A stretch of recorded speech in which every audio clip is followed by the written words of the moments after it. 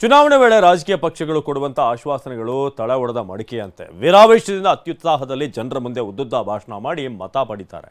ಆದರೆ ಅದೇ ಆಶ್ವಾಸನೆಯನ್ನ ನಂಬಿ ಮತ ಕೊಟ್ಟಂತ ಜನರನ್ನ ಅಷ್ಟೇ ವೇಗವಾಗಿ ಮರೆತು ಬಿಡ್ತಾರೆ.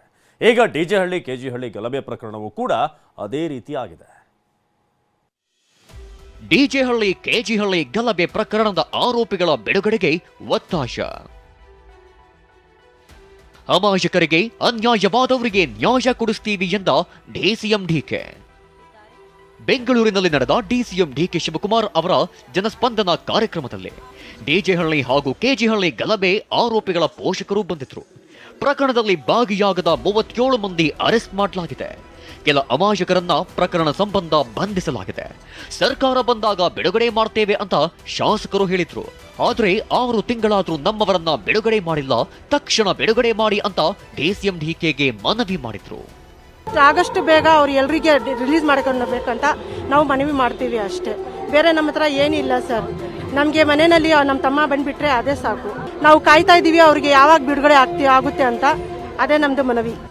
ಮನವಿ ಸ್ವೀಕರಿಸಿ ಮಾತನಾಡಿದ ಡಿಸಿಎಂ ಡಿಕೆ, ನಾವು ಏನೇ ಮಾಡಿದ್ರೂ ಕಾನೂನು ಅಡಿಯಲ್ಲಿ ಕೆಲಸ ಮಾಡಬೇಕು, ಅಮಾಯಕರಿಗೆ ನ್ಯಾಯ ಒದಗಿಸುತ್ತೇವೆ ಅಂತ ಹೇಳಿದ್ರು.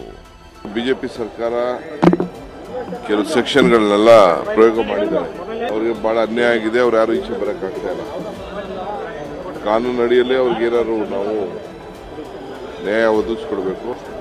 ಅಮಾಯಕರಿಗೆ ತೊಂದರೆ ಆಗಬಾರ್ದು ಅನ್ನೋದು ನಮ್ಮ ಉದ್ದೇಶ. ಯಾರು ಕಾನೂನು ಕೈಗೆ ತೆಗೆದುಕೊಂಡಿದ್ದಾರೆ ಅದಕ್ಕೆ ನಮ್ದೇನು ಅಭ್ಯಂತರ ಏನಿಲ್ಲ.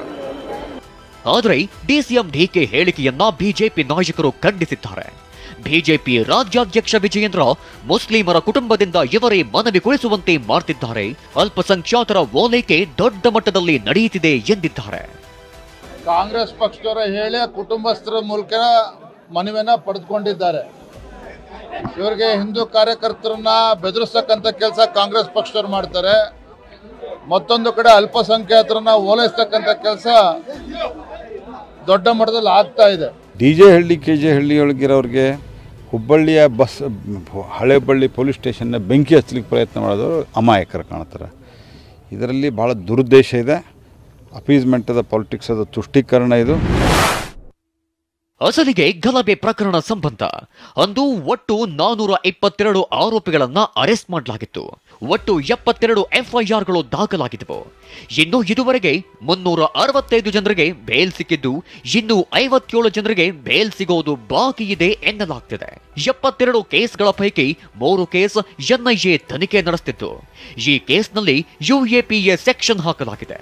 ಹೀಗಾಗಿ ಹೈಕೋರ್ಟ್ನಲ್ಲಿ 57 ಜನರಿಗೆ ಬೇಲ್ ಸಿಗದೆ ಹಿನ್ನಡೆಯಾಗಿದೆ.